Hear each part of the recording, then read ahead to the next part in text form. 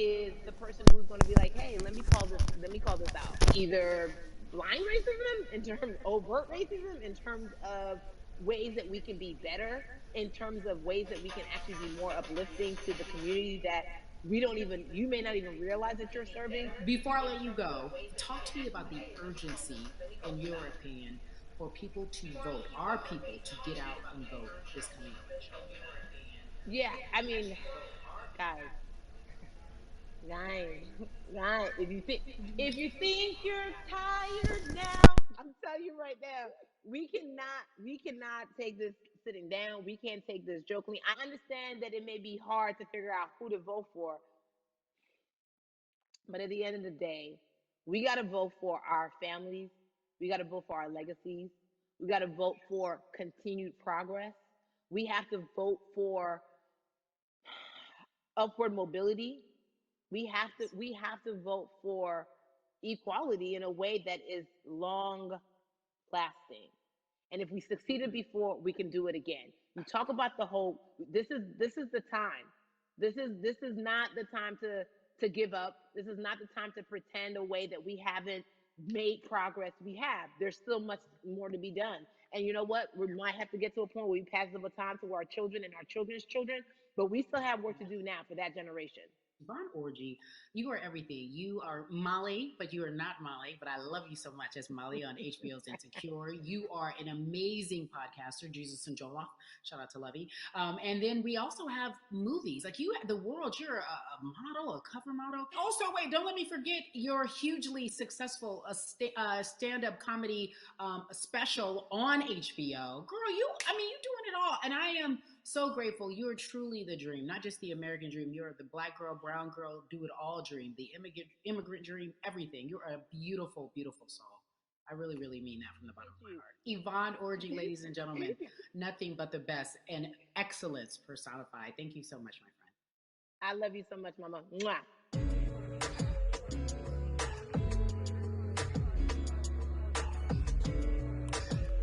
Yeah, la la. So Atlanta has been one of the hotbeds in terms of political unrest and social injustice. We've seen so much happen in that city, and we've also seen so much come from that city, including one of our very own founding fathers of the civil rights movement, and that's Martin Luther King Jr. But right now, we want to welcome in someone who has used his platform to talk about voting, to talk about racial injustice, and how he's trying to help. Atlanta's very own Russ joins us now on We the People. Russ, I'm not going to fan out and tell you what some of my favorite songs were that I listened to repeat on yours. We're going to get to the topic at hand. So amazing. We got to talk about, recently you did an interview where you shared your outlook on culture and music. And you also were very candid about the fact that you have a privilege and that it's necessary for you to give back. Tell everybody about what that means. It's very obvious. I'm white and I'm in Black culture and I'm benefiting financially off of it. So I feel like if you're a white person financially benefiting off of Black culture, you have to put finances back into Black culture. It's just that simple. The screenshots with your feelings, it just comes off like fake empathy because it comes off very dismissive and very oh, that sucks for y'all. But anyway, back to what I was doing. Have you felt that way always, or is it now because of the time of where we are in this country? I've always had the feeling. I think now it's just obviously elevated. It's a new level, and there's new, it's to the point now where you can't. First of all, you can't not say anything. Second of all, though, I just think saying something isn't enough anymore. I think if you have the ability to put money back into a culture that you're financially benefiting from, you have the ability to. You should. It's interesting that you talk about it in that way because some people do believe that silence is the best way to go because it's hard to talk race, especially if you're white and you're in the Black culture. People just feel as if they can't talk about it. They feel awkward. They feel as if they don't have the privilege or the voice or the words. How do you find yourself right now in terms of interacting with people when they want to talk to you about social injustice, police brutality, what's going on in this country right now? Like and subscribe. Picking and choosing whether you want to be silent or not about race, that's a privilege in and of itself. But no, I mean, I try to just do my best to listen to the Black people around me and the educated Black people I have in my life. So I do my best to not act like I have all the answers for everything, especially in a culture that I'm not from. But that's why when we decided to raise the money um, for Black Lives Matter organizations, when we raised 500,000, we got on the phone with some of the women who started Black Lives Matter. I got on the phone with Tamika Mallory. I was on the phone with Karen Civil and talking with my friends to make sure the money went to like the correct places, and people who really need it. It's just about listening. That's all. It's about listening. Let's talk about that for a moment, because the way I think of activism, for me, it looks very differently. It's not necessarily just protesting on the front lines. I think that's great. But what about being an activist in the way in which you have decided to be one? What inspired you? What did it look like? You said you raised money for Black Lives Matter. What did you do? Walk us through everything that you did and how you find yourself in this moment right now. So for me, it was 3 years ago. I had like a string of festivals, and I decided that I was going to wear T-shirts with a message on them because I figured, what better, what better time to use a platform than in front of a bunch of people. So one of the T-shirts I wore was, "If you want to change the system, speak up. White silence is pro-racism." The whole thing, and it didn't really it kind of got swept under the rug back then. But when all this stuff started happening again, and it's been happening, the police brutality against innocent Black people, I was like, man, I'm not the biggest artist in the world, and I certainly don't have the most white fans in the world, but I got a good amount of people that I can definitely mobilize and turn into some money. And I know they're down for the cause because it's merch, it's a good thing. And I've always been outspoken anyway, And so how am I going to be in Black culture and not be outspoken about racism? And then I got to ask you this, because you grew up in Atlanta, so that gives you a heads up, depending for so many people, because you're in the crux of that beautiful Black city where there are so many wonderful Black leaders, home of so much great music and things that speak to our culture right now. And we are really, really getting our word out, especially with this platform today, and saying that we must use our voice to vote. Talk to me about what the importance of voting for you in this upcoming election. Yeah, so full transparency, I had never voted before, ever. And because, I was one of those people who was like, my vote doesn't matter. And, I don't know, maybe it's because I was younger, maybe it's because I really thought that, or I don't know, but I just think that it's got to, now this is a bit of a privilege to say it's got to a breaking point for me, because obviously it's been past the breaking point for Black people. But I think that as a whole, the young people need to get out and vote, because we're the ones that never show up. You know what I mean? We never show up to vote, but we're the future. So it's like, look, we got to go out there and vote, and then whatever happens, but at least we did our part. You got to do your part. You're very candid in saying that you just decided to vote. And I think there's a beautiful irony in the fact that you have your fans saying, because of you, I'm voting. Right. And there's something beautiful about that. But I want to know why now for you. Why in this moment is it important for you to vote? And what hit your spirit to say, yes, this is the time to do it? Honestly, because I think that George Floyd really woke up a lot of people who, including myself, who I was vocal and outspoken about racism. I put it in my lyrics. I put it on T-shirts. I would talk about it in interviews. I was vocal about it. But that video in that moment, I think me, along with a lot of other people, just kind of was like, all right, words are simply not enough anymore. We got to do something, whether it's raising money, whether it's voting, or all the above. We got to do something, and I'm ashamed that it took that for me to be like, I need to raise money and I need to vote. It's a shame. And I don't know, I guess it snapped a bunch of people out of it, and even if you were vocal and whatnot, it's time to actually put your money where your mouth is. It's time to go vote. It's time to just stop talking about it and be about it, and it's been time for that. But like I said, I'm ashamed that it took me this long to actually really, really be about it, but I'm here now. So, Russ, we all know that this is going to be your first time voting. Tell me what that Yeah. experience is going to be like for you in terms of what you're excited about. I think you know what it's gonna do for me. It's gonna let me know that I'm contributing to something bigger than myself, and I'm actually putting my money where my mouth is, and I'm being about it. Because for so long, and I know I'm not alone with this, but standing on the outside and just screaming about this and that and this should change, and it's like, all right, but did you vote?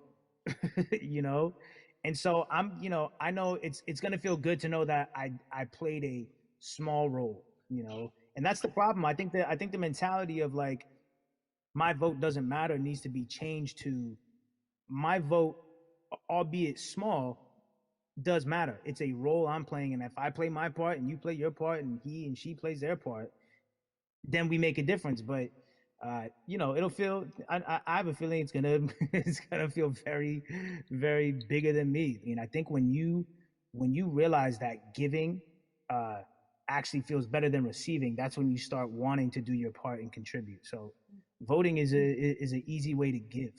You know. Yeah. To whom much is given, much is required, and you have been given a huge platform, and we are so grateful for you, Russ. Philanthropist, artist, community activist, first time voter. We appreciate you for doing Yes. this, okay? Thank you. I appreciate y'all.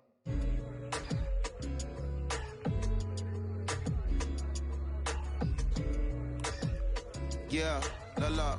So, cities like Atlanta and Chicago have been at the forefront of the discussions, especially now in this country when we're talking about COVID 19 and systemic racism, as well as police brutality and what we can do in this country.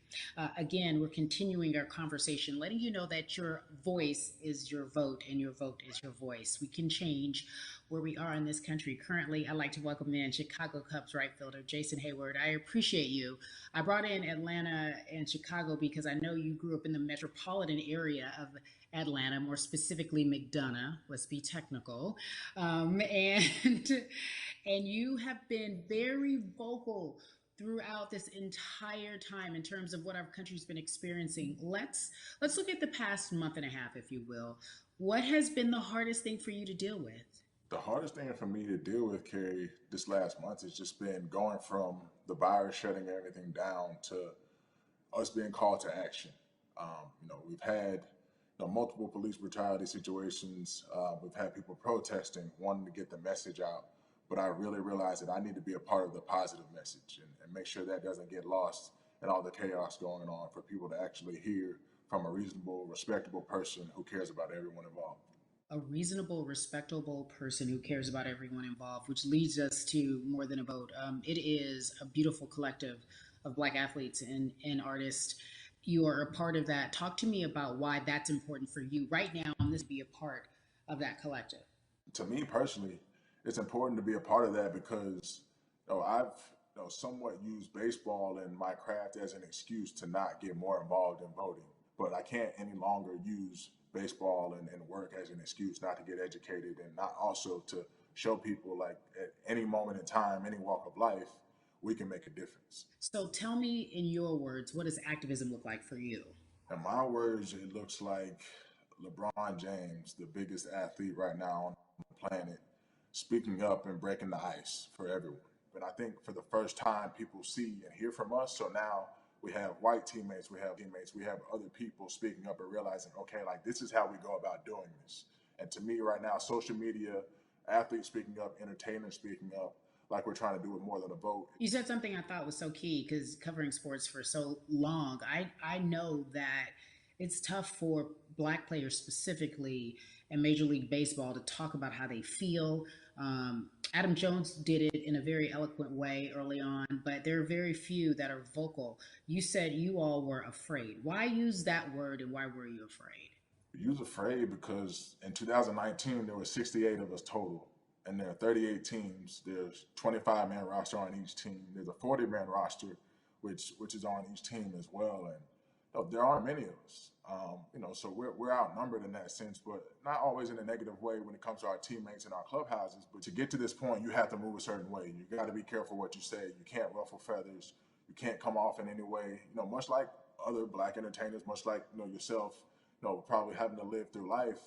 every day. But to get to the highest level, you got to button up. You got to be seen and not heard. So baseball is, like I said, it was time for us to try and speak up and make a difference and show it's okay to do so because we can't be quiet any longer. That is a button up, be quiet, be seen but not heard. That is a an expression that a lot of Black folks can relate to in whatever aspect of professionalism that they experience, especially if they don't work for themselves. They just feel that. That is also a socialization that we have as Black folks, well, especially like you said, if you want to get to the higher level. And for so long, I felt it bubbling right underneath the surface that so many of us who were in whatever positions we were, who had platforms, were tired of pretending and looking the other way and spending so much time making others comfortable while we were uncomfortable. Do you feel that this is the type of movement that is sustainable, or is it just for a time? No, it takes everyone joining in on the conversation. And right now, I feel like more than ever, there is little things as possible to distract from bigger issues. And we saw on draft day, we saw our president Theo Epstein holding up the sign saying Black Lives Matter and wanting to Yeah, include the rest of yeah. MLB in that. But now we're having those conversations as well. So I definitely think this is sustainable. And it's not always just going to be the popular thing to do. This is something that people want to get right because they know we care. Jason, you said you think it's sustainable, that what you're seeing, especially with your colleagues in baseball, that this can be something where you're feeling more comfortable, feeling more safe to share how you feel about social injustice and police brutality. What are you doing right now in this moment with your platform to help change how we look at voting and how to educate the culture and the community about voting? Well, first, what I'm doing, Carrie, is joining up with More Than a Vote and joining up with other athletes and entertainers to get that message out and use our platform in that sense as a group. And try to create a brand with this to make it something that's not just about the election coming, make sure that it's about people getting educated for years to come and figure out where to vote and how to vote. We've got people in different areas that cover different demographics and influence different areas of people. And as a baseball player, as a Black baseball player, I feel like now, like we talked about, is finding the time to show people that you can use your voice in this profession. You don't have to be afraid. And to me, that can help someone, help a kid growing up. He can see me, he can see other guys that were in the video we posted saying, hey, this is what they're standing for. They're speaking up for these things, and it's okay to want to play baseball. It's not lame. It's not something I have to be as afraid of as I was before. So I feel like that's my role in this. I have a younger brother as well. He's 24. He also plays baseball. So I've got to lead by example. I can't just always, come up with a good answer that sounds good on TV when I get asked a question on, what do we need to do to make changes. I'm joining up here to make sure that I take action and get educated myself. For one, so many people, I feel like in Atlanta, vote and try and cast your vote, you have to do it by mail. You have to sign up for the absentee ballot. Then you have to get another ballot in return. They have to send it back to you.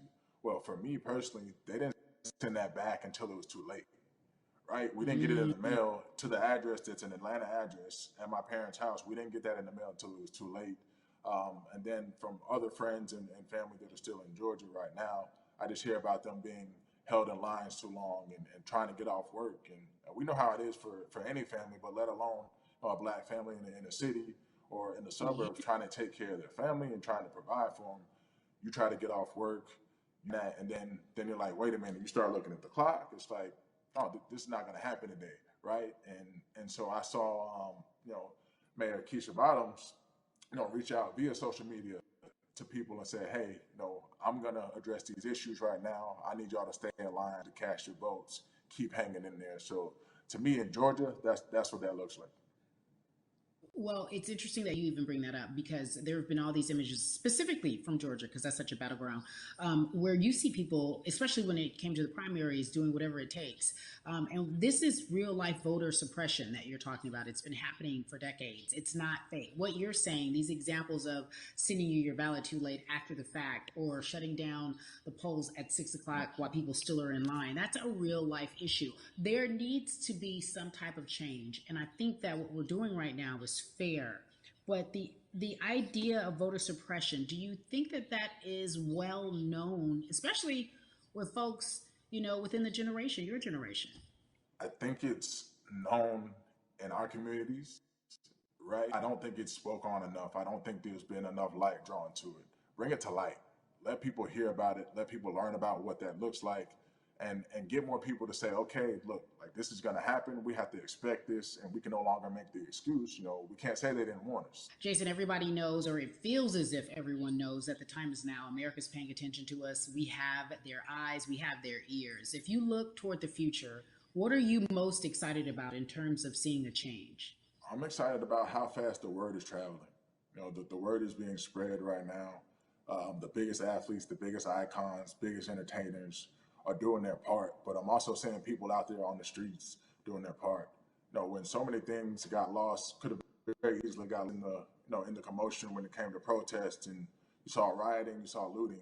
People still stood their ground, and people still went out there and said, "Look, we're doing this for the right reasons. We're going to come together. We're going to use drones. We're going to use social medias." I feel like this is a new wave of getting things done the right way and just spreading the message. You're right about that. And you're right. People are spreading the word unapologetically. We out here. We doubling down. Thank you so much. I appreciate you. Right.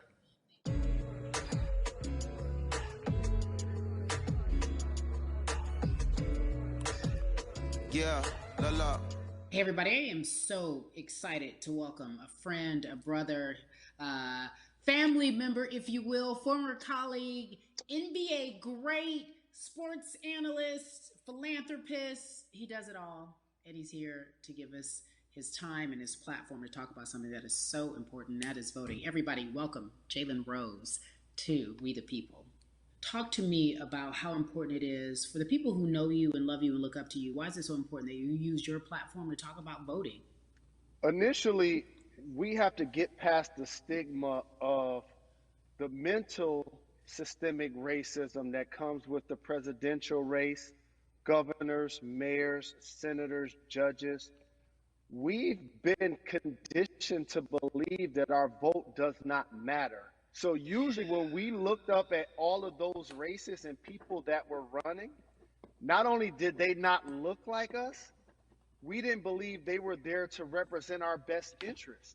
So therefore, as a collective, we didn't mobilize until Barack Obama, and we felt a sense of hope that finally our country is going to do something that we felt would never happen in our lifetime. And I remember being at the inauguration in 2008. I made sure I was there. And we voted.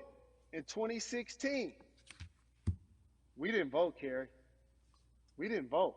And so many people try to make this political. This is not political. Me telling somebody to vote is like telling somebody to pay taxes. So that's one, getting over the stigma of nobody is going to represent our best interest. And then number two, the reality is that the person that gets the most votes doesn't necessarily win the presidency.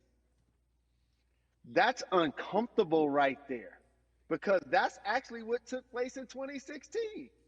The Electoral College chose the president.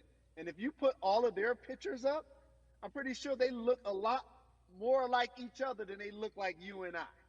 How about that? And then the third thing, especially in urban environments, oh man, they create barriers for us, Carrie. It's like you got to jump over the fence, you got to run past the dog, you got to jump on the hood of the car. The lines is 5 hours long. You get up to the poll and they don't work. Elderly people working in the city, while they got the young people who understand technology working in the suburbs. Like, these are all systematic things that try to discourage us from voting. And then finally, we don't have a day off to vote. We need to work.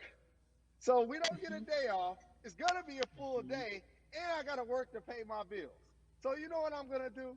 I'm going to mail in vote. And you know what you want people to realize? That counts too. So your vote will be counted if you're able to mail it in. So those are a few things that I hope that we can do and mobilize. And shout to LeBron and his team. Shout to you and everybody involved. We will make a difference. Well, let's talk about more than a vote. There is a Black collective of athletes, of artists coming together and saying voter suppression is a real deal, especially in the Black community. When you just talked about, I got to work, so I can't go vote. And then when we do get in the booth, just in case we don't have to work, do we know who we're voting for? Not only do we have to vote, we got to be educated. And it's not always even about the man who's in office or the woman who's in office for president. It's about your local elections. It's about the people who are your DAs, your state DAs, like the people who actually make change in your community, who will change police brutality, who will make sure that your community is taken care of, who will defund police and hope that they can help you in stopping police brutality. So talk to me about why you decided to be a part of More Than a Vote and what it actually means. Well, it means a lot to be involved with such an impressive collective as you mentioned. And I said this multiple times, and I know it can be uncomfortable when I say it, but a lot of times we have to get to the root of the issue before we find a solution. And the quote was, I wish America loved Black people as much as it loves Black culture. And this collective, by the way, represents in a lot of ways what's encouraging, but also sometimes disappointing about our role as Black people in America. Because we were brought here as labor and to entertain. And we use those vehicles to get paid and move to the suburbs and be the idols of white kids. And so now that we have this collective, I would say sports and entertainment represent the most powerful group of Black men in the United States. I'm talking about money, power, celebrity, the ability to mobilize, community involvement, their leadership, their intellect.